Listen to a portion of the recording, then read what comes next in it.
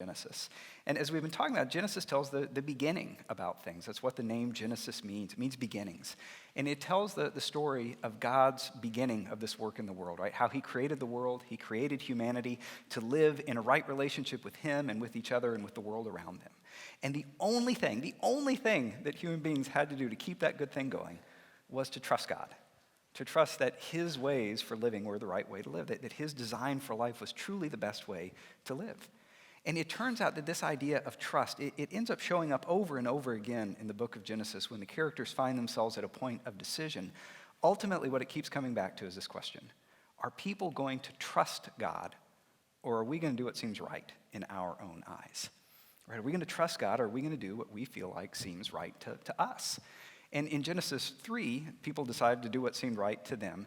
And as a result, all of those beautiful relationships that we were created for, all of those get broken, the relationship with God and the world and with each other.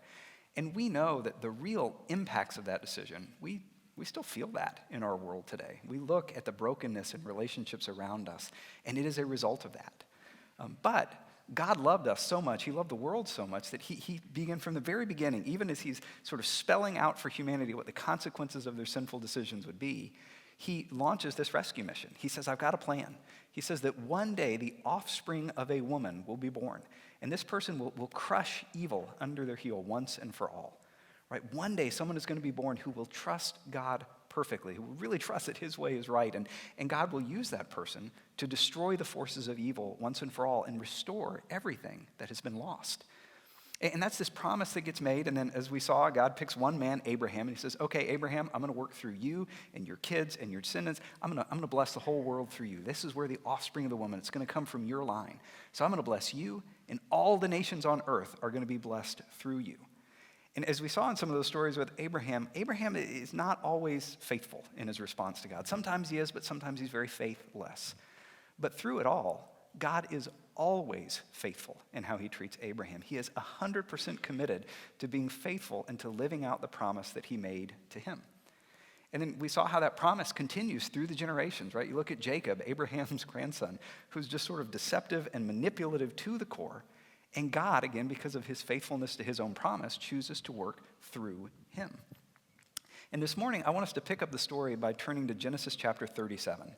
If it would help you for any reason, there's some red Bibles in those seats around you. You can grab one of those and turn to the page number that's there on the screen. But at this point in the series, we're kind of moving into the last section of the book of Genesis. We're going down the family tree, another generation, and we're going to spend a few weeks talking about the sons of Jacob. Now, Jacob, at this point in the story, has got 12 sons, but the story kind of pivots around two of them. And those are son number 4, Judah, and son number 11, Joseph. And right here at the beginning of chapter 37, we meet son number 11, Joseph, for the first time. In chapter 2, it says this. It says, Joseph, a young man of 17, was tending the flocks with his brothers, the sons of Bilhah and the sons of Zilpah, his father's wives. And he brought their father a bad report on them, right? He's tattling on his brothers, essentially. Now, Israel loved Joseph more than any of his other sons because he had been born to him in his old age, and he made an ornate robe for him.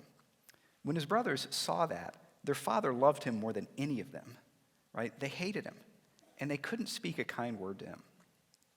Right, so here's Joseph. He's coming onto the scene, and what do we learn about him? He's out there, kind of keeping an eye on his half-brothers, and he kind of rats them out to dad, which doesn't really engender a lot of goodwill with the brothers, right? So there's some animosity that's building up there. And then we learn that Joseph got kind of another strike against him with his brothers because he's his daddy's favorite. And in fact, his dad has given him this ornate robe as sort of this show of the love he has for him. And, other translations of this call this the coat of many colors, right? That's how a lot of times we think about it in our culture today. And this, I tell you what, this is a piece of clothing that has just fascinated people over the years. It really has a lot of currency in our world. So Andrew Lloyd Webber, right? He wrote a Broadway musical about this thing, Joseph in the Amazing Technicolor Dreamcoat, if you've ever seen that. Or if you're like me and you grew up in the South, you're more familiar with Dolly Parton and her song, The Coat of Many Colors, that her daddy made for her. But so for some reason, people today, we love this idea of this amazing ornate robe. You know who really didn't like the robe very much? All the other brothers, right? Because every time the other brothers see that, they're reminded that they're in second place, right? Joseph's out in front in terms of daddy's love, and they're a very distant second. So because of that, right, there's all this deep-seated animosity that's starting to build up towards Joseph. And Joseph, it just gets taken to a whole other level, starting in verse 5, if you want to read this. It says, Joseph had a dream, and when he told it to his brothers, they hated him all the more. He said to them, listen to this dream I had. We were binding sheaves of grain out in the field when suddenly my sheaf rose and stood upright, while your sheaves gathered around mine and bowed down to it. His brothers said to him, do you intend to reign over us? Will you actually rule us? And they hated him all the more because of his dream and what he had said. Now that dream and the picture that it paints, right, of the brothers bowing down to him, that sets up a tension that's not going to be resolved in the story until we really get to the end of the book of Genesis. But for now, what you need to just see is that sort of this anger towards Joseph is building. And Joseph either doesn't get that, or because he's a 17-year-old boy, he just doesn't really care about that. So he has another dream and decides to share that with him too. So look at this. It says, then he had another dream, and he told it to his brothers. Listen, he said, I had another dream. And this time, the sun and moon and 11 stars were bowing down to me. When he told his father as well as his brothers, his father rebuked him and said, what is this dream you had? Will your mother and I and your brothers actually come and bow down to the ground before you? His brothers were jealous of him, but his father kept this matter in mind. Right, so dream number 2 is just sort of an amped up version of dream number 1, because in this one, even his parents are bowing down to him. And all of this just makes the jealousy and the anger of the brothers grow. But their dad, Jacob, a guy who knows a thing or two about how God tends to speak to people in his family line through dreams, says he kind of keeps the matter in mind. So that's the situation, right? Things in the family are tense. And then one day, again, I don't know what Jacob's thinking. He's like, hey, your brothers are out in the field. Why don't you go watch them and tell them how they're doing and come back and tell me what they're up to? So he sends Joseph out that way. And things really escalate starting in verse 18. It says that his brothers saw him in the distance. And before he reached them, they plotted to kill him. Here comes the dreamer, they said to each other. Come on, let's kill him and throw him into one of these cisterns or wells. And we'll say that a ferocious animal devoured him. Then we'll see what comes of his dreams. When Reuben, and Reuben is the oldest of the brothers, when Reuben heard this, he tried to rescue him from their hands. He said, let's not take his life, he said. Don't shed any blood. Throw him into this cistern here in the wilderness, but don't lay a hand on him. Then the text tells us that Reuben said this to rescue him from them, right? Because he's going to come back and he's going to take him back to his father. So when Joseph came to his brothers, they stripped him of what? Of his robe, right? The ornate robe that he was wearing. And they took him and they threw him into the cistern, which was empty. There wasn't any water in it. That really kind of takes sibling rivalry to a whole other level, doesn't it? I mean, I've got one older sister, and we sometimes would fight at times. As far as I know, neither one of us ever tried to sell the other one into slavery or kill them by throwing them down a well. And luckily, that's the plan. They're going to kill Joseph, but Reuben, the oldest, says, look, let's not kill him.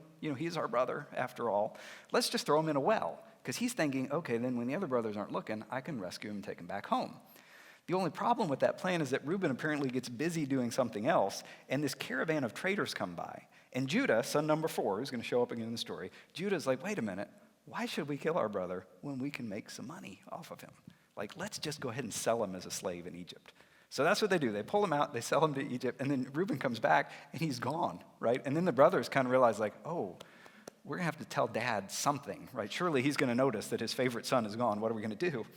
So it says, then they got Joseph's robe, and they slaughtered a goat and dipped the robe in the blood. They took the ornate robe back to their father and said, look, we found this. Maybe you should examine it to see whether it's your son's robe. So, of course, he recognized it, and he said, it is my son's robe. Some ferocious animal has devoured him. Joseph has surely been torn to pieces. Then Jacob tore his clothes, put on sackcloth, and mourned for his son many days. All his sons and daughters came to comfort him, but he refused to be comforted. No, he said, I will continue to mourn until I join my son in the grave. So his father wept for him. Now, I don't want you to miss out on some of the details that the author is giving us here and how they're putting this story together, because the author of Genesis is just a genius writer, and the way that God inspired and lived him, it's just unbelievable. So think about this, right? A few weeks ago, we talked in this story about how when we choose not to trust God, and instead we do what seems right in our own eyes, one of the things that often happens is that our sins have a way of kind of boomeranging back on us. The consequences of the sins, they often roll back on us in our lives. And this scene is a pretty amazing example of how that is happening to Jacob. Because again, think about the Jacob story and what we've talked about in the last few weeks. If you don't remember some of those details, if you weren't here. At one point in the story, Jacob tricks his father into giving him his brother's inheritance and his blessing by pretending to be him. And do you know how he does that? He kills a goat and kind of cooks that up as food. He takes the goat's hair and puts it on himself, and he takes his brother's garments and puts that on so that his nearly blind dad will think he's actually his brother Esau. Well, think about what's happening in this story. Now his sons go and they kill a goat, and they use the blood of that goat, and they just dip their brother's garment in it. And they use that to deceive their father into thinking that the son is dead. His beloved son is gone. I mean, really, Jacob the deceiver has now been deceived through something that's pretty similar to what happened, to what he did. Right? He's on the receiving end of that deception now, and it causes him just incredible pain and incredible suffering. But at this point, you're wondering, okay, well, what's going on with those brothers? What happened to Joseph? Well, flip ahead to the beginning of chapter 39, and we'll pick up his story from there. So if you remember, he gets sold to this caravan of slave traders. So beginning in 39, we read this. It says, "Now Joseph had been taken down to Egypt. Potiphar, an Egyptian who was one of Pharaoh's officials, the captain of the guard, bought him from the Ishmaelites who had taken him there. The Lord was with Joseph, so that he prospered, and he lived in the house of his Egyptian master. When his master saw that the Lord was with him and that the Lord gave him success in everything he did, Joseph found favor in his eyes and became his attendant.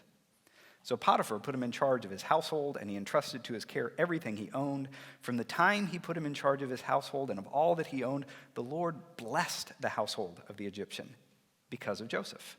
The blessing of the Lord was on everything Potiphar had, both in the house and in the field. So Potiphar left everything he had in Joseph's care. With Joseph in charge, he didn't concern himself with anything except for the food that he ate." Now, what we're seeing here for the very first time is a pattern that is going to play out over and over again in the life of Joseph. And basically, this is the pattern, right? Joseph is cruising along, and something bad happens, and he kind of goes down, right? He gets sold into slavery in this case. And then what happens is, even though he descends, he goes down, God is with him. And God then eventually lifts him back up and blesses him so that he prospers. Right? That's this pattern that we'll see over and over again. Things happen, so he goes south, he goes down, God's with him, he gets lifted back up, and good things happen as God blesses his life. And again, you see that here. The text very pointedly tells us at the beginning of chapter 39 that he was taken down into Egypt. But because God was with him, Potiphar sees that God is working through him, and he elevates him to be in charge of his house as a whole. And that's the first instance of this pattern that we're going to see. But while he's there, he's there, he's kind of in charge of Potiphar's house. God is blessing him. Things are going swimmingly. It doesn't stay that way forever. So if we keep reading this, we read that it says, Joseph was well built and handsome. And after a while, his master's wife took notice of Joseph and said, "Come to bed with me." But he refused. "With me in charge," he told her, "my master does not concern himself with anything in the house. Everything he owns he has entrusted to my care. No one is greater in this house than I am. My master has withheld nothing from me except you, because you are his wife. How then could I do such a wicked thing and sin against God?" And though she spoke to Joseph day after day, he refused to go to bed with her or even be with her. Now, one of the things I want you to notice here is that there's just a real contrast between these two characters in terms of what they say and how they say it. That's one of the things that the biblical authors will often do to help us learn about a character is they let the way they speak kind of tell us something about them. So if you look at Potiphar's wife, she's very blunt and to the point. She has a 2-word command in Hebrew. She sees Joseph and basically says, "Bed now." Like, that's it. In addition, but in response to that, Joseph's response to her in Hebrew is 35 words long. Like, he's just going on, and he's going on and on about the incredible trust that Potiphar has put in him. The fact that he's like, "I am a steward here. Like, he's let me touch anything in his house but you. There is no way I'm going to violate the trust that this master has put in me. I'm going to honor the charge that he has given me." So his words really highlight the fact that he's trying to do the honorable thing. But she doesn't give up. And eventually one day she keeps pursuing, and one day she catches him and they're alone together in the house, and she says, "Hey, I want you to come to bed with me." And Joseph says no, and to get out of the situation, he basically just runs. But he runs, and she grabs onto his garment. So he runs, he leaves the garment there in her hand. So now she's got something. so that when Potiphar comes home, she's got this garment as a piece of evidence that she can wave in front of him and basically say, that slave of yours tried to rape me, but when I screamed, he ran away. What are you going to do about that now? And again, you think about that detail there. Just think about the detail that the author used in putting that together. Right? This is the second time in the story that Joseph's garments have been used to deceive people. Right? His brothers used it to deceive their dad into thinking that his son was dead. And now Potiphar's wife uses it to deceive her husband that Joseph had these ill intentions toward her. Well, as you can imagine, Potiphar is not thrilled to hear this news about Joseph. So he says this. He says, when his master heard the story, his wife told him, saying, this is how your slave treated me. He burned with anger. Joseph's master took him and put him in prison, the place where the king's prisoners were confined. But while Joseph was there in the prison, the Lord was with him. He showed him kindness and granted him favor in the eyes of the prison warden. So the warden put Joseph in charge of all those held in the prison, and he was responsible for all that was done there. The warden paid no attention to anything under Joseph's care, because the Lord was with Joseph and gave him success in whatever he did. Okay, so here's the second example of that pattern that I wanted to call your attention to. It's really beginning to define Joseph's life. First, he descended into slavery in Egypt, and then God elevated him to this place of prestige and leadership in Potiphar's house. And now he quite literally has descended again down into the pit, down into the dungeon. He is in jail. But God is with him, and he grants him favor in the eyes of the prison warden. And that's kind of one of the points, I think I actually skipped over this a minute ago, but that's one of the points we can pull from this story, is it does not matter how far down you go. God is always with you, right? It doesn't matter what the situations or the circumstances in your life are, however bleak things might be, God is always with you. And he's always there. In Joseph's case, he's always there ready to pick him up. So even here, he's in jail, but he's in charge of the prisoners, right? And it says that the warden did that because the Lord was with Joseph and gave him success in whatever he did. So let's stop and think about this for just a minute, right? God blesses Joseph, and he does the work that he does in these just tremendous ways. But even though God is granting him some real success, the circumstances of his life are still pretty difficult, right? You know, even though he was in charge of Potiphar's house, he was still a slave. And even though he's kind of the warden's right-hand man right here, he's still in prison, right? And he's going to be in prison for years from here on out. And that idea kind of leads to another key idea that I think you see in the text, which is while it is absolutely true, it doesn't matter how far down you go, God is always with you. His presence with you is not a promise that your circumstances are going to change immediately. Right? Just because God is with you doesn't mean that his presence is like a light switch, right? You flip it and, all of a sudden everything's better. Everything's changed in an instant because God is with me.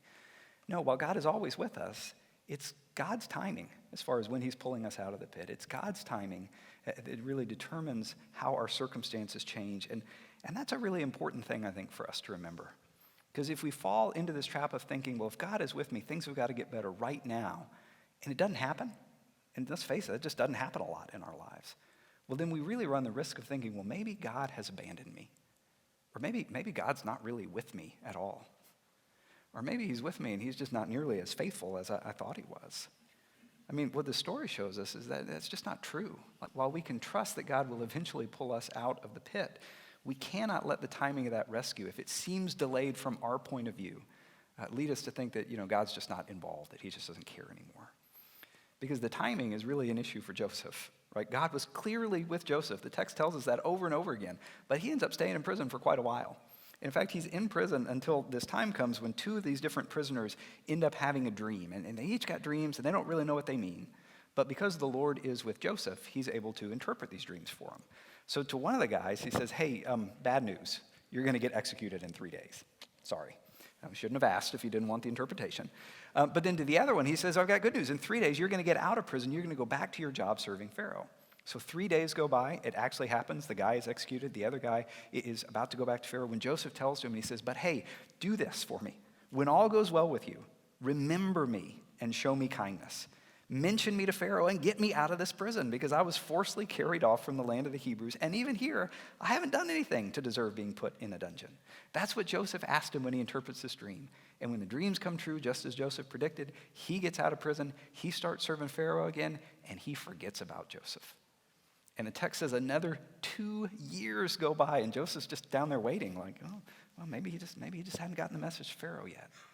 So 2 years go by, and the guy just completely forgets about him until Pharaoh has a couple of dreams that are really troubling him. And Pharaoh wants to get to the bottom of this and know what these dreams mean. And nobody can interpret them for them. Then all of a sudden, the cupbearer's like, oh, hey, Pharaoh, I know this guy. There's this guy in prison. He seems to have a way with interpreting dreams. Maybe you should talk with him. And that really gets things moving, because it says that Pharaoh sent for Joseph, and he was quickly brought from the dungeon. And when he had shaved and changed his clothes, he came before Pharaoh. So Pharaoh tells Joseph the two dreams that he had. And again, because God is with him, Joseph is able to interpret these dreams. He's like, Pharaoh, this is what it means. Right? It means that for the next 7 years, Egypt is going to have bumper crops. We are going to have this amazing, remarkable harvest.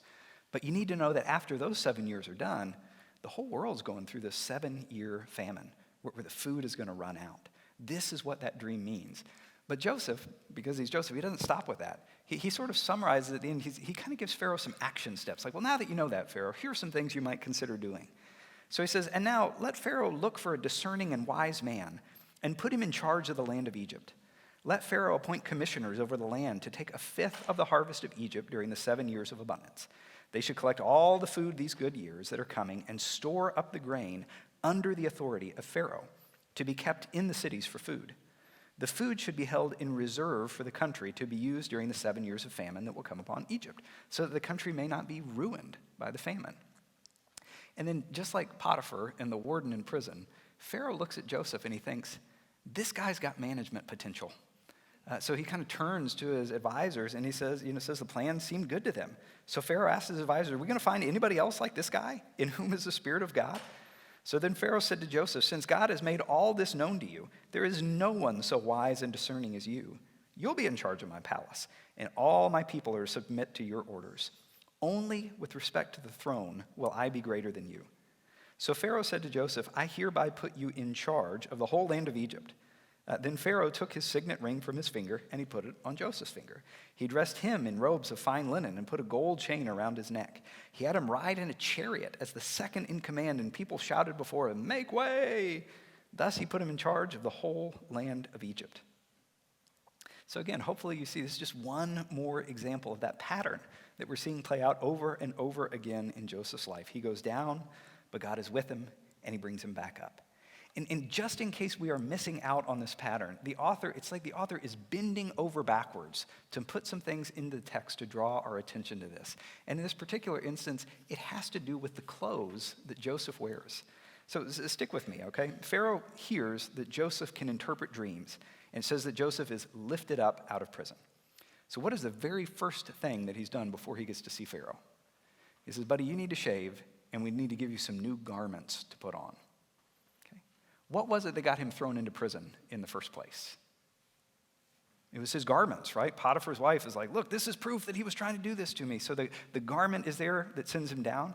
And as he comes back up out of the pit, there's this garment there. It's a little marker that the author puts in the text to help us say, hey, if you don't see the pattern, here it is. It's right here. They're framed up by these garments. But here's the thing. If you step back a layer from that, the author's actually doing it again. Right, so you think about it, Pharaoh calls him, he lifts him up out of prison, he gives him a new garment.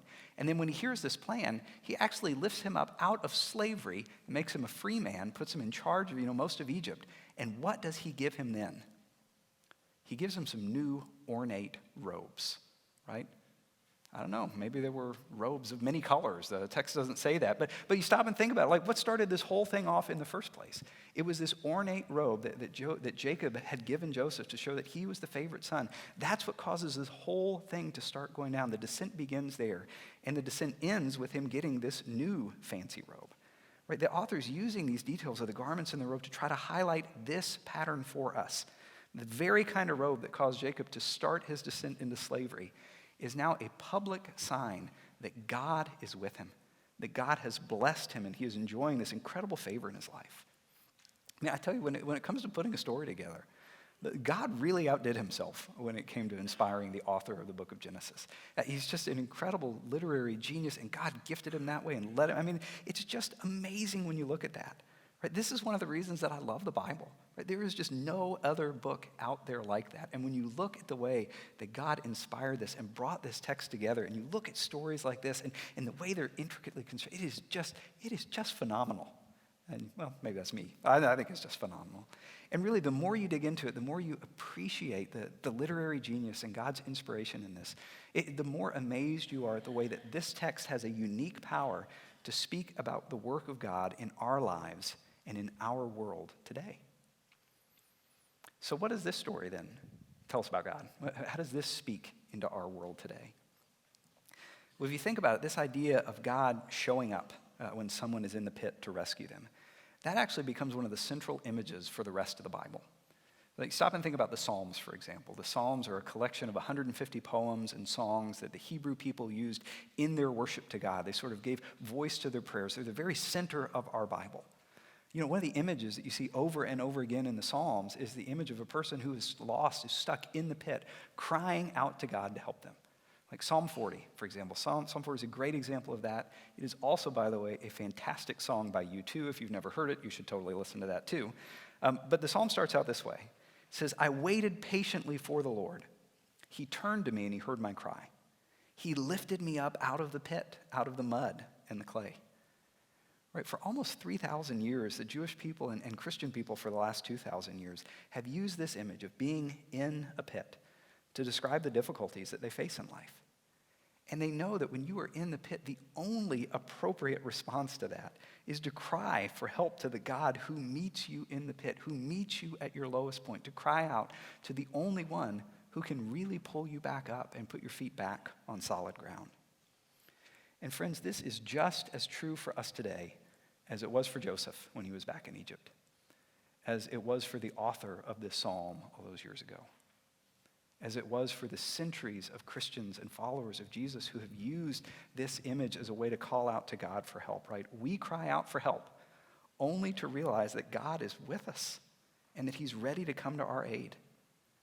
That still happens today. In fact, that still happens here in this place today.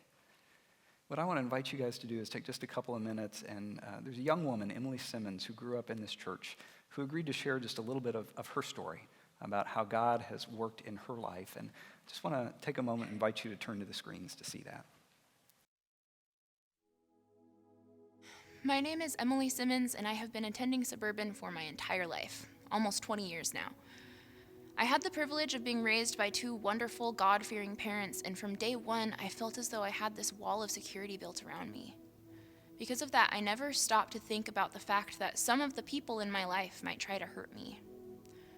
When I was 3 years old, I was taken advantage of by a family acquaintance, and as I grew up, someone else I was close to manipulated me into isolating myself from the people who loved me the most.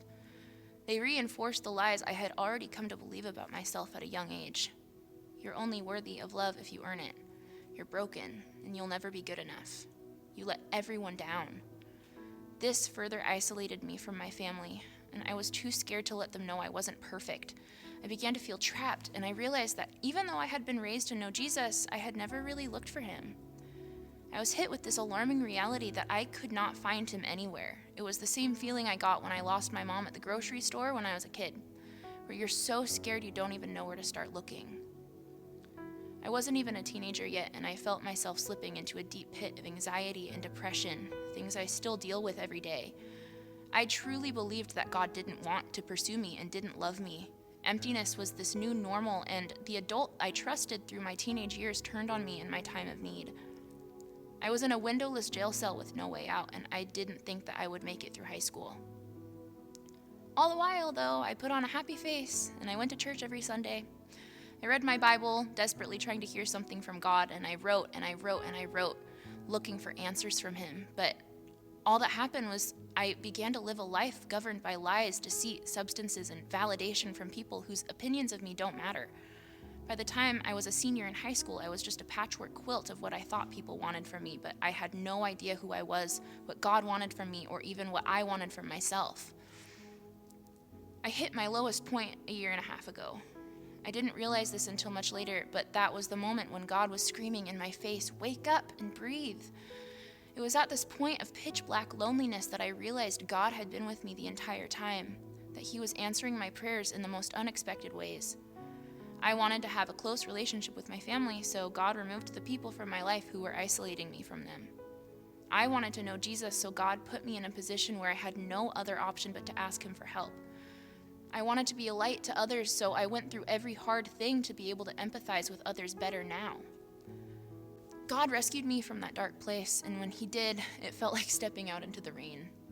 Satan had, at one point, a grip on everything in my life, but God was 10 steps ahead the entire time. My whole life led me to this moment when I realized God was always with me, that he'd never abandoned me. Through this hard place came the reassurance that I am and always will be a child of the one true King. I really want to thank Emily for being willing to share her story.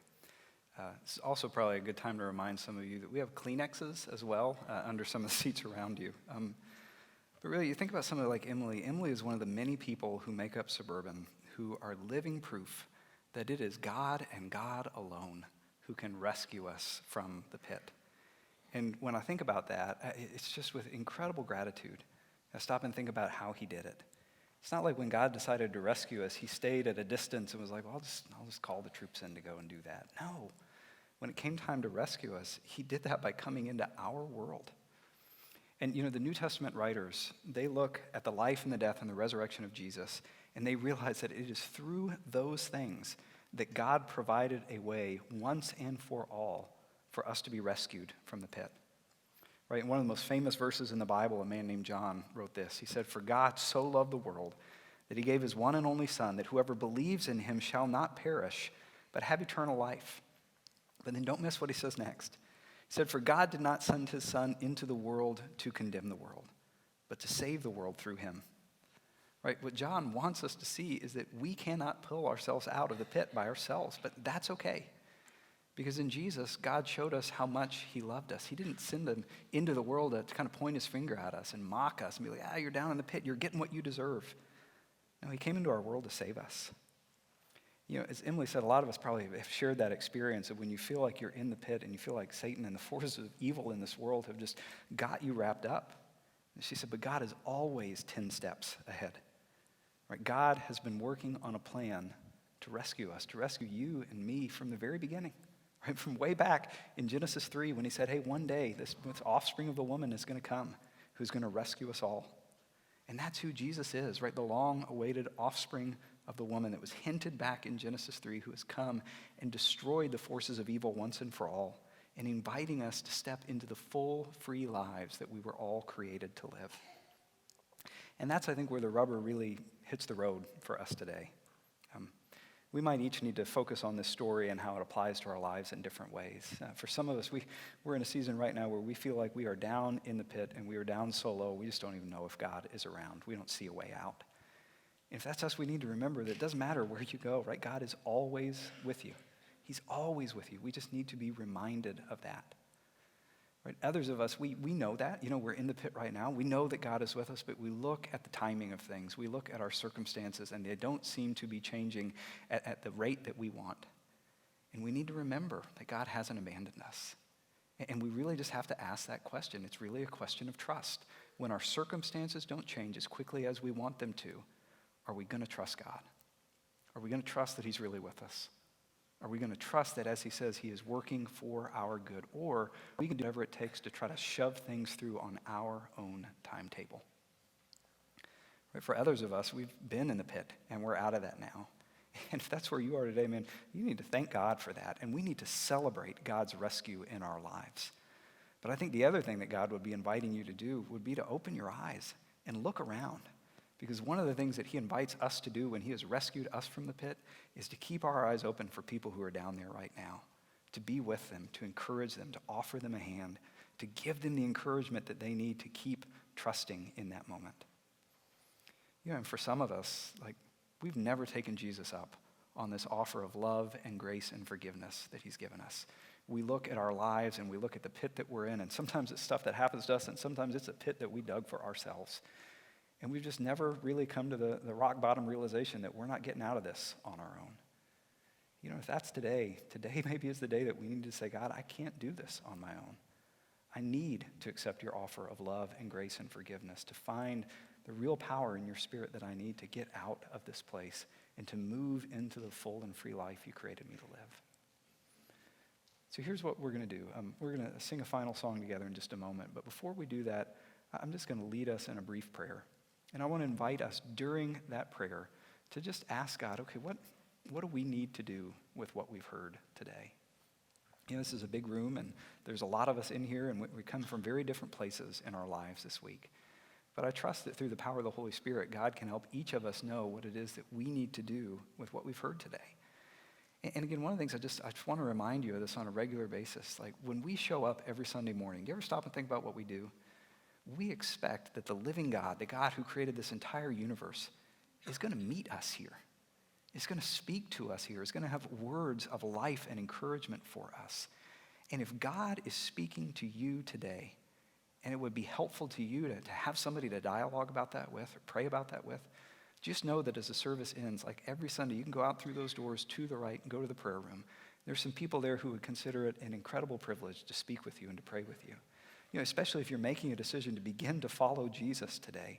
It'd be wonderful to talk with someone about that who can pray for you and talk about some first steps that you could be taking.